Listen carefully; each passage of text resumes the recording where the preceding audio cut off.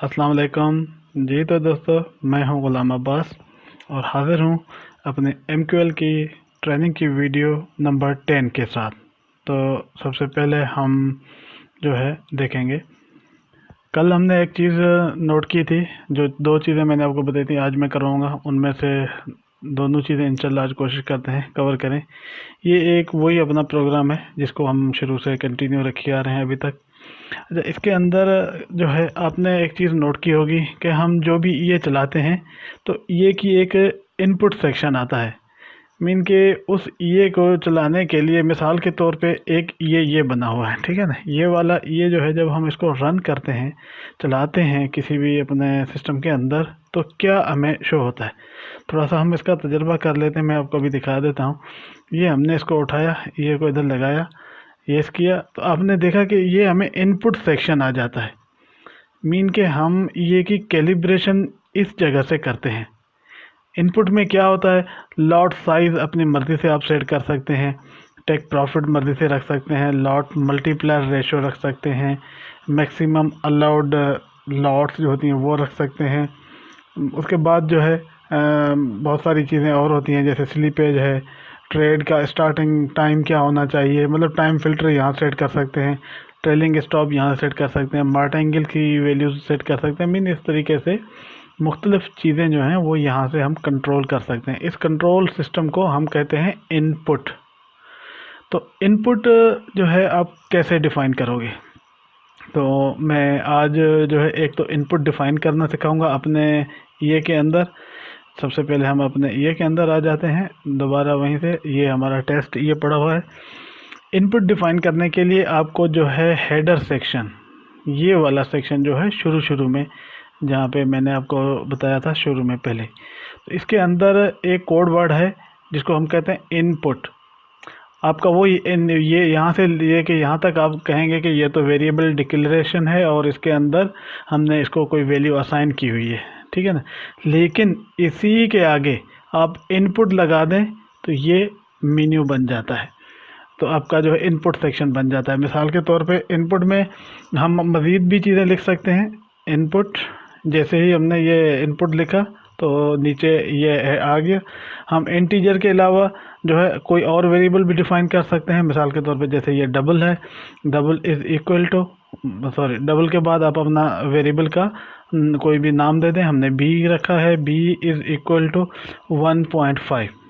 अब क्योंकि डबल के अंदर हमें लाजमी डिजिट के साथ चाहिए वेरिएबल जो भी है डिफ़ाइन करना है, तो वो इस तरीके से डिफ़ाइन होगा।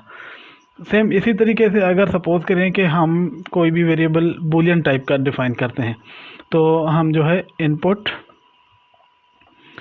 के बाद स्पेस दे दें। स्पेस के बाद जो है आप बूलियन का लिखने का तरीका मैं पहले ही आपको बता चुका हूँ कि पहले 2 डिजिट्स लिखें, अब बाकी आपको खुद ही एडिटर जो है आपको गाइड कर देगा।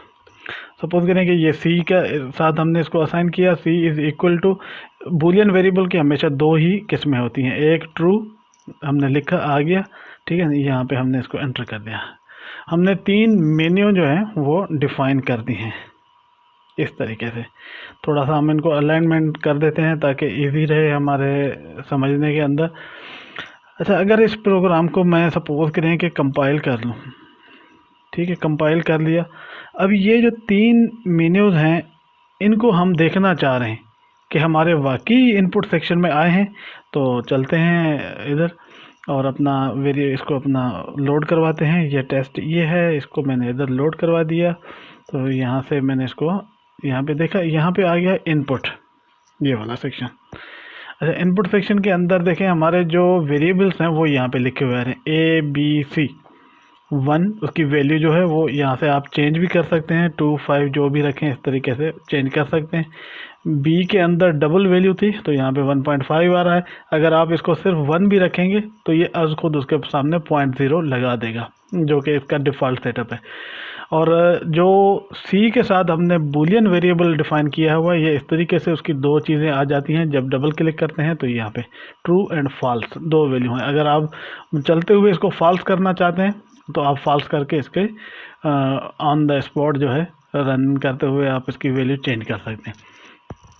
क्या आपको लग रहा है कि अगर हम इस तरीके से चीज़ें डिफ़ाइन करें, एक या दो एटम हो तो उसको तो चलो हम समझ ही लेंगे, लेकिन बहुत ज़्यादा जब हमारे पास चीज़ें हों इनपुट के अंदर और हम चाह रहे हैं कि नए बंदे को ये रोबोट दें, तो क्या वो समझ पाएगा कि ए का मतलब क्या है, बी का क्या है, सी का क्या है? यकीनन नहीं। हमने अपने रोबोट को यूज़र फ्रेंडली बनाना होता है, उसके लिए हमें यहाँ पे पूरा डिस्क्रिप्शन लिखा हुआ आए तो फिर मज़ा आएगा।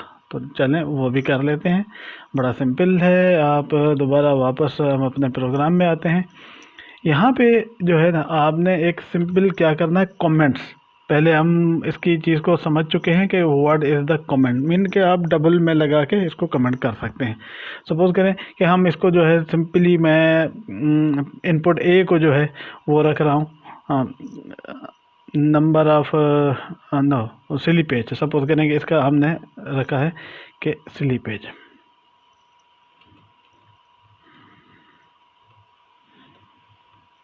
सिली पेज अगेन हम नीचे वाले को भी इसी तरीके से कोई वैल्यू देना चाह रहे हैं। This is the lot size. कोई भी आप मतलब इसका कोई कैद नहीं है कि आपने ये रखना है अपनी मर्ज़ी से, या आपका जो यूज़र है ताकि उसको भी इजीली समझ में आ सके कि इसका मकसद क्या है, बस इतना काफ़ी है। इससे आगे कोई लंबा चौड़ा इसमें वो चक्कर नहीं है कि बड़ा मुश्किल हो। यहाँ पे अगर सपोज़ करें कि हम ट्रू फॉल्स है तो उसके सामने ये रखते हैं कि जी मार्ट एंगल, सॉरी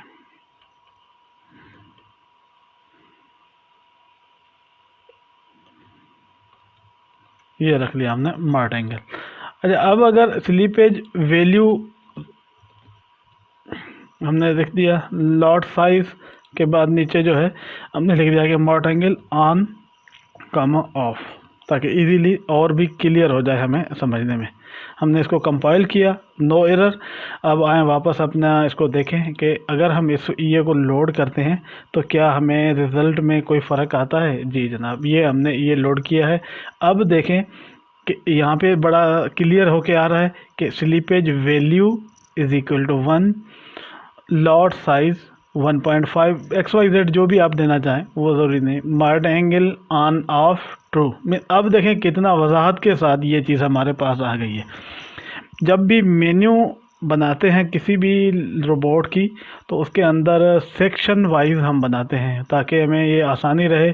जैसे मैंने अपने इसके अंदर सेक्शन बनाए हुए हैं। दोबारा हम वापस उसी पहले रोबोट पे आते हैं। ये देखें, पहले ये डॉट डॉट के साथ मैंने जो है इसके अंदर ये एक सेपरेशन के लिए मैं डॉट्स रखे हैं, और लॉट साइज सेटिंग पहले यहाँ तक मैंने लॉट साइज रखी है। उसके बाद ये देखें टाइम सेटिंग, टाइम से रिलेटेड वेरिएबल सारे यहाँ पे इकट्ठे किए हैं।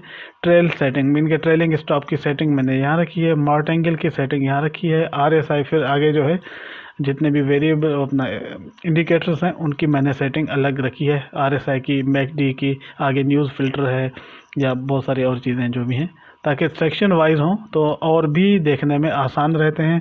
अगर सेक्शन वाइज बनाना है तो उसके लिए भी बड़ा आसान है कि हमारे पास एक बड़ा सिंपल सा फार्मूला मैंने पहले भी आपको बताया था।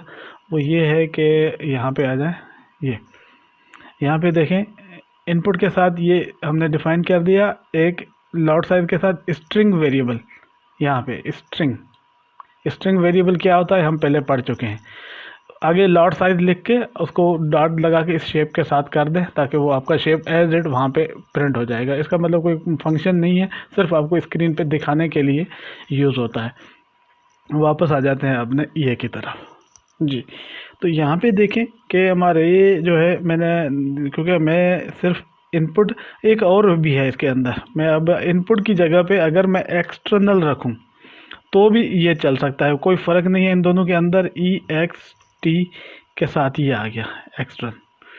मैंने अपने इनपुट सारे ख़त्म कर दिए, EXT ये आ गया, यहाँ पे भी आ जाए EXT के साथ ये आ गया। अब आपके सामने पहले इनपुट था, अब एक्सटर्न आ गया। हमने इसको कंपाइल कर लिया, कंपाइल करके वापस उसी जगह पे देखते हैं रन करके कि कोई फ़र्क आया। जी नहीं, बिल्कुल सारी चीज़ें वही हैं। मतलब कि आप इन दोनों में से आपके पास गुंजाइश मौजूद है, जो आप अपनी इजी सहूलत के हिसाब से रखना चाहें रख सकते हैं। मीन के रनिंग टाइम पे आपको जो याद आ जाए वो रख लें। एक तो ये हो गया कि हमने मेन्यू को जो है समझाया कि क्या है वैल्यू क्या होती है। सपोज करें कि हम इसको जो है सिंपली अभी इनपुट नंबर, मैंने इसका इनपुट नंबर के साथ ए को डिफाइन कर दिया है, external integer A is equal to 1।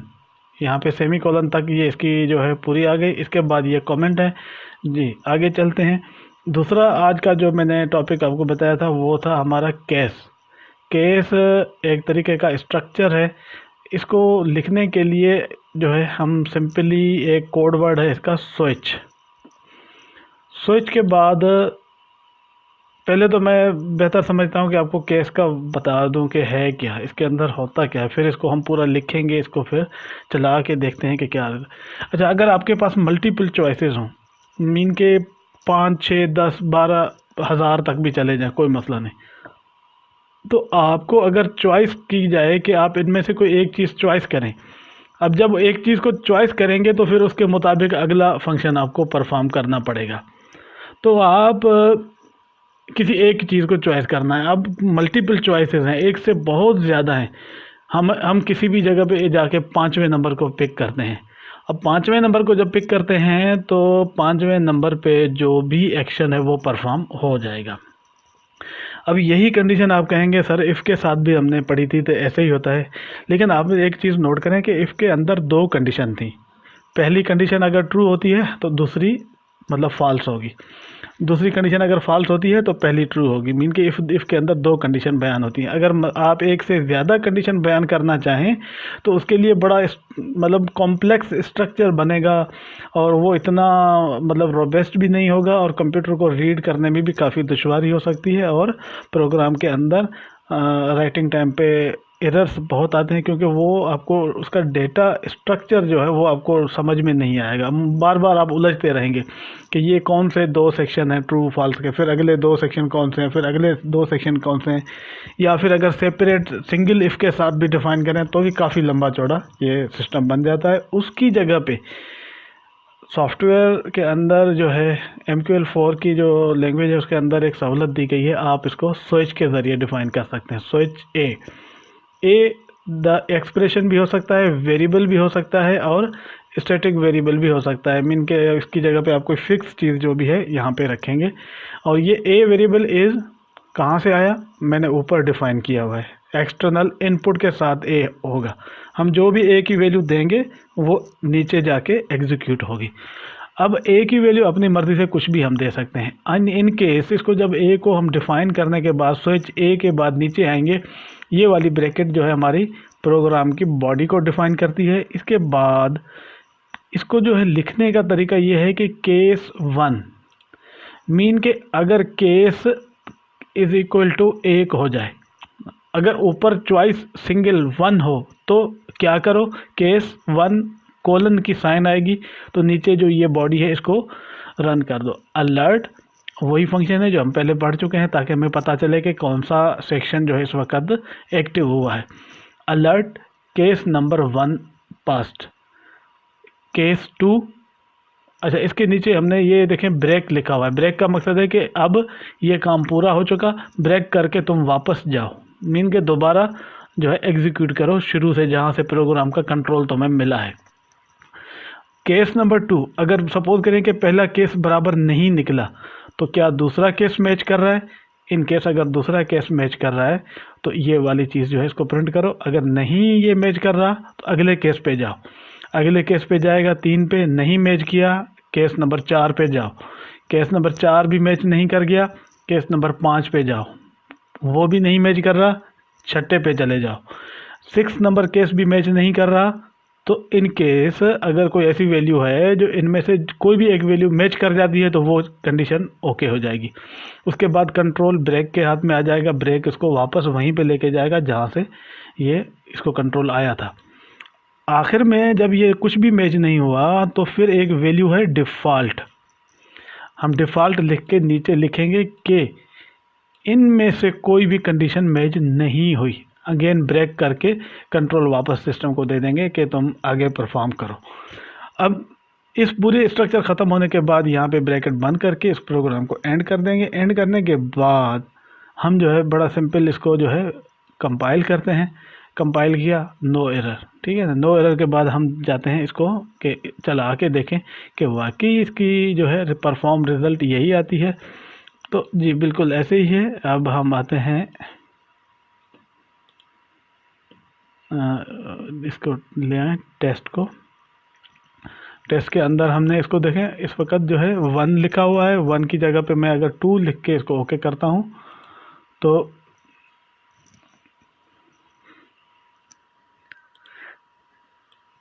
ये हम इसको ऊपर लेके आ गए हैं। तो इसने हमें बता दिया है कि जी case number 2 process passed, mean के इस वक्त जो आपने नंबर प्रेस किया है दैट इज़ द 2। अब अगर हम कहते हैं कि नहीं हम कोई और नंबर प्रेस कर देते हैं, देखें कि वाकई इस तरीके से चेंज होता है।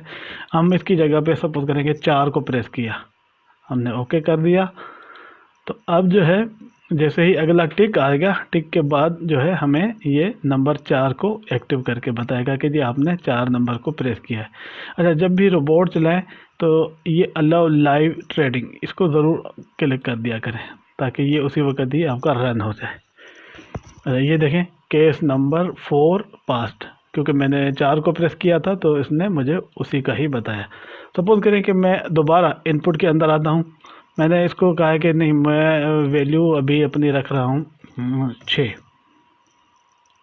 मैंने ओके कर दिया। तो मुझे कह रहा है केस नंबर 6 पास्ड, मीन कि मैं जो नंबर दे रहा हूँ उसको वो डिटेक्ट कर रहा है, पीछे बहुत सारे नंबरों के अंदर उसको ढूंढ रहा है और उसको जो कंडीशन मैच कर रही है उसी को एग्जीक्यूट कर रहा है। अब अगर सपोज करें कि मैं इसको कहता हूँ कि जी मेरे पास जो है ना, मैंने इसको 8 दे दिया,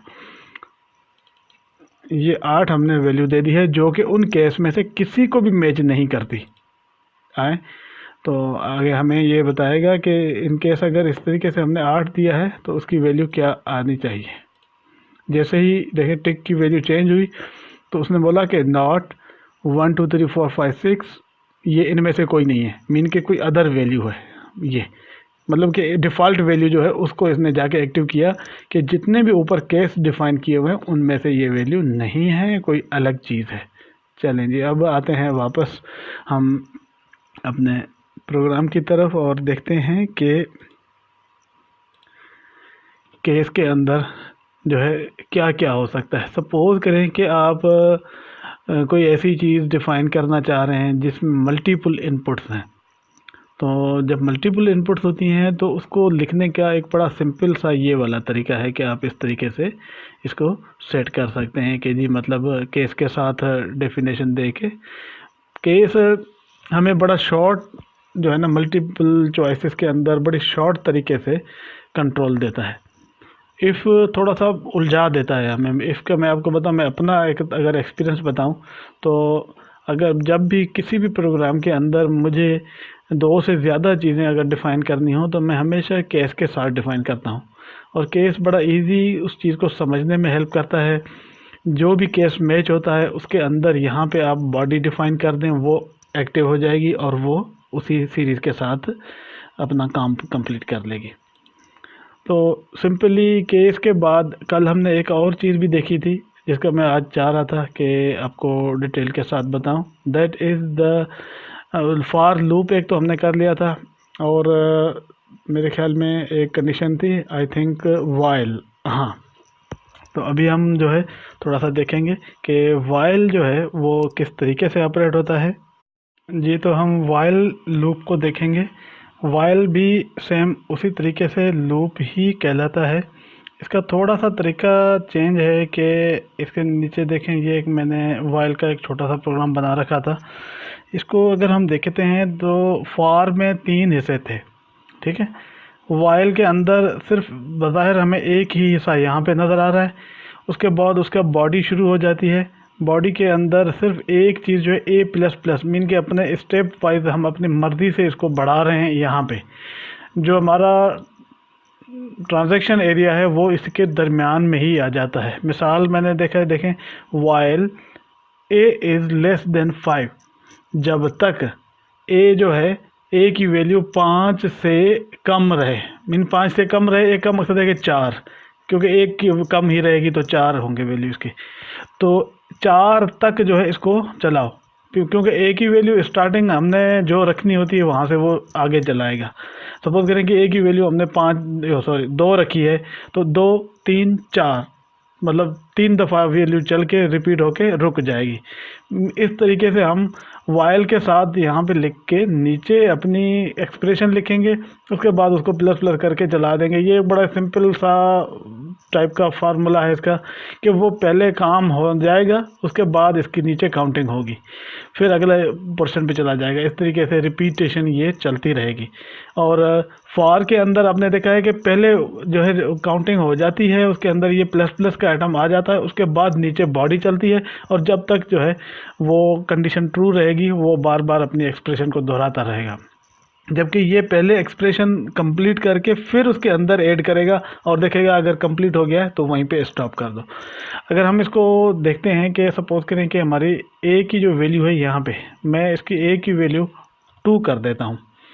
अब 2 करने के बाद मैंने इसको जैसे ही रन किया, रन करने के बाद मैं इसको आ गया हूँ, यहाँ पे देखता हूँ कि इसका क्या रिज़ल्ट हमें क्या शो होता है। टेस्ट ये को उठाएं, यहाँ पे ओके करें जी। ये देखें जैसे ही वैल्यू हमारे पास आई, यहाँ पे इसने इसको रन किया है, ये वाले के value of A is equal to 2 3 और 4 पे जाके एंड हो गया। सपोज करें कि इसी की वैल्यू हम बढ़ा देते हैं कि हमें थोड़ा सा इसको मज़ीद टेस्ट करना है। ये मैं यहाँ पे इसकी वैल्यू 0 रखता हूँ, और नीचे जो है मैं चाहता हूँ कि मेरा वही काम जो है कम से कम 10 दफ़ा रिपीट हो, तो यहाँ पे मैंने 10 कर दिया। अब ये जब इसको चलाएंगे तो ये पूरे 10 टाइम इटसेल्फ इसी सिस्टम को रन करेगा। देखें वाकई ऐसा हुआ है बिल्कुल। यहाँ पे देखें नीचे से आ जाए कि 0 1 2 3 4 5 6 7 8 9। आप कहेंगे ये तो 9 पे आके रुक गया। देखें ये 9 के साथ साथ नीचे 0 भी है। ये ये ट्रांजैक्शन अगर इसको काउंट करें तो ये और 9 मीन के टोटल 10 बनते हैं। कहते हैं चलें अभी एक और एग्जांपल इसका देख लेते हैं ताकि मज़ीद हमें क्लियर हो जाए। अब ये 10 की जगह पे सपोज करें कि हमने 15 कर दिया है, और ए का जो है स्टार्टिंग वैल्यू हम सपोज करेंगे जो है ना हम थोड़ा सा बढ़ा देते हैं। एक कंडीशन है सपोज करेंगे 5 से, कि जी स्टार्टिंग 5 से हो और 15 तक काउंटिंग करके रुक जाओ। तो क्या ऐसा ही होता है? तो अच्छा, ये कभी कभी आपको लग रहा है कि थोड़ा सा लेट से आ रहा है, तो क्योंकि जब टिक वैल्यू चेंज होती है तो ये रन होता है और उसकी जो है कंडीशन आती है। नहीं तो इसका एक आसान तरीका है, इसको दोबारा रन कर दें उठा के, और इसको जैसे ही ओके करेंगे तो ये बड़ा जल्दी आपके पास स्क्रीन पे आ जाता है जी। ये रनिंग हो चुकी है इसकी। अब देखें यहाँ से हमने इसकी वैल्यू जो है रखी थी 5 से रन करने के लिए। ये 5 6 7 8 9 10 13 और 14 पे आके ये कंप्लीट हो गया। मीन कि आप इसको जो है अपनी मर्ज़ी से किसी भी जगह से किसी भी दूसरी जगह तक चलाएं, तो नंबर ऑफ़ साइकिल्स अपनी मर्ज़ी से कंट्रोल कर सकते हैं कि जी इस नंबर से स्टार्ट करो और इस पे आके रुक जाओ, तो ये बिल्कुल वैसा ही करके आपको देगा। या इसको अगर मैं थोड़ा सा मेरा दिल चाह रहा है कि आखिरी जो है ना हम इसको एक थोड़ी सी एक चेंजिंग इसमें और भी कर देते हैं। मैंने अभी आपको जो है मीनिंग के बारे में पढ़ाया था कि हम इनपुट के साथ इसको जी, तो हम देख रहे थे कि वाइल लूप के साथ हम इनपुट सेक्शन के साथ इसको कंट्रोल करना चाह रहे थे कि हम अपनी जो भी सीरीज़ है प्रिंट करना चाह रहे हैं अपनी मर्ज़ी से प्रिंट करें, वो भी इनपुट के साथ। थोड़ा सा मैं एडवांस पे इनपुट की जो है इसके साथ यूजिंग वही मैं आपको दिखाना चाह रहा हूँ। सपोज करें हमने बड़ा सिंपली मीन्यू के लिए पढ़ा था कि इसके आगे एक्सटर्नल ये वाला जो कोड वर्ड है ये लगता है, तो ये एक्सटर्नल लगाएं इसके सामने, इनपुट इसके सामने भी लगा दें। ये 2 ए और बी हमने डिफाइन कर दी हैं, एक स्टार्टिंग नंबर है और दूसरा एंडिंग नंबर है। मीन कि हमारी काउंटिंग स्टार्टिंग नंबर से शुरू हो एंडिंग नंबर पे ख़त्म हो, लेकिन वो हम रन टाइम पे अपनी मर्ज़ी से देंगे। नीचे यहाँ पे भी वाइल के अंदर ए और बी का जो ये डिफरेंस है सेट कर लें। ए जब तक बी से छोटा हो तब तक इसको रन करो, और जो भी होगा उसके अंदर ये प्रिंट करो, और अगेन ए के अंदर प्लस प्लस करते जाओ। चलें जी, इसको रन कर लें। नो एरर, कोई एरर नहीं है। इसके आते हैं हम अपने प्रोग्राम के अंदर, हम यहाँ से टेस्ट ये को उठा के यहाँ पे लगा देते हैं तो आपको ये एक रिज़ल्ट शो होना शुरू हो जाएगा। हाँ, अब देखें सीरीज़ 5, मैं चाह रहा हूँ नहीं 5 से नहीं, मुझे जो है ना ये काउंटिंग 1 से होनी चाहिए मेरी, 1 से लेके सपोज करेंगे मैं चाह रहा हूँ कि 8 तक ये काउंटिंग जाए। एक्चुअली वो 0 से लेके 8 तक मतलब जो है वो जाती है 7 तक। तो ये देखें मैंने जैसे इसको प्ले किया है तो ये 1 से शुरू हुआ है, 1 2 3 4 5 6 और 7 तक, क्योंकि ये टोटल जो है वो 1 से लेके 7 बनते हैं, क्योंकि वो एक डिजिट कम वाला है। अगर हम आपको अगर यहीं पे एक चीज़ मैं और बता दूं कि आपने एक और भी चीज़ पढ़ी थी कि रिलेशनल ऑपरेटर के अंदर हमने एक चीज़ यहाँ पे ग्रेटर देन या इज़ इक्वल टू, अगर ये भी हम इसके साथ ऐड कर दें तो क्या होगा फ़र्क। अब आए देखें, पहले 7 के बाद जो है ये एंड हो जाता था, अब 8वां नंबर भी प्रिंट हो रहा है। क्यों? कि वो जब तक छोटा था तब तक तो उसकी वैल्यू ट्रू आ ही रही थी, अगर हमने उसके साथ इज इक्वल कर दिया है तो वो जो लास्ट नंबर है 8वां वो भी उसको मतलब असाइन हो रहा है कि जब 8 आता है तो भी उसको कंडीशन मिल रही है कि ये भी ट्रू है तो इसको एक्टिव कर दो, तो इसलिए उसने वो कंडीशन एक्टिव कर दी। उसके बाद वाली कंडीशन जो है वो ट्रू नहीं हो रही, मीन कि जब इसके 8 के अंदर 9 हो जाते हैं तो वो उसको कह रहा है कि नहीं 9 तो जो इनपुट कंडीशन है उसके साथ मैच ही नहीं कर रहा। तो उसने जब वैल्यू फॉल्स कर दी तो लूप ख़त्म हो गया, बॉडी से बाहर आके प्रोग्राम जो है आउटपुट दूसरे सेक्शन में सिस्टम हमारा कंट्रोल चला गया। ये एक सिंपल सा लूप का मैंने एक मिसाल दी है आपको, और एक और चीज़ मैंने आपको दिखाई केस का जो है यूज़, लूप का यूज़। बाकी इंशाल्लाह डिटेल में पढ़ेंगे। ये तो छोटी छोटी चीज़ें ऐसी हैं, बेसिक चीज़ें हैं, जब तक ये नहीं सीखेंगे तब तक आपको बड़ा प्रोग्राम समझ में नहीं आएगा। क्योंकि बड़े प्रोग्राम के अंदर मिसाल के तौर पे देखें बहुत सारी मेन्यूज़ डिफ़ाइन की हुई हैं, उसके बाद वेरिएबल डिक्लेरेशन सेक्शन है, बहुत सारी और चीज़ें हैं। ये आगे आगे आएँ तो इनमें देखें आपको बहुत ही टिपिकल किस्म की चीज़ें जो हैं वो यूज़ होती आई नज़र आएंगी। ये सारी एक जब पहले इनकी हमें डिटेल नहीं पता होगा तो ज़ाहिर बात है हम इनको नहीं चला सकेंगे। तो मेरे लेक्चर्स को 1 बाय 1 डिटेल के साथ देखें। हो सकता है शुरू में आपको थोड़ा सा बोरियत महसूस हो, लेकिन आगे चल के जब हम एक पूरे प्रोग्राम बनाएंगे, आप अपनी जहन की जो सोच है, अपनी स्ट्रेटजी को जब सिस्टम में कन्वर्ट करते हैं, एक मशीन को आप समझा रहे होते हैं कि तुमने करना क्या है, तो ज़ाहिर बात है थोड़ा सा डिफ़िकल्ट तो लगता है, लेकिन जो लोग शौक़ से करते हैं उनके लिए बहुत ज़्यादा इंटरेस्टेड है। तो मिलते हैं अगली वीडियो में। Thank you.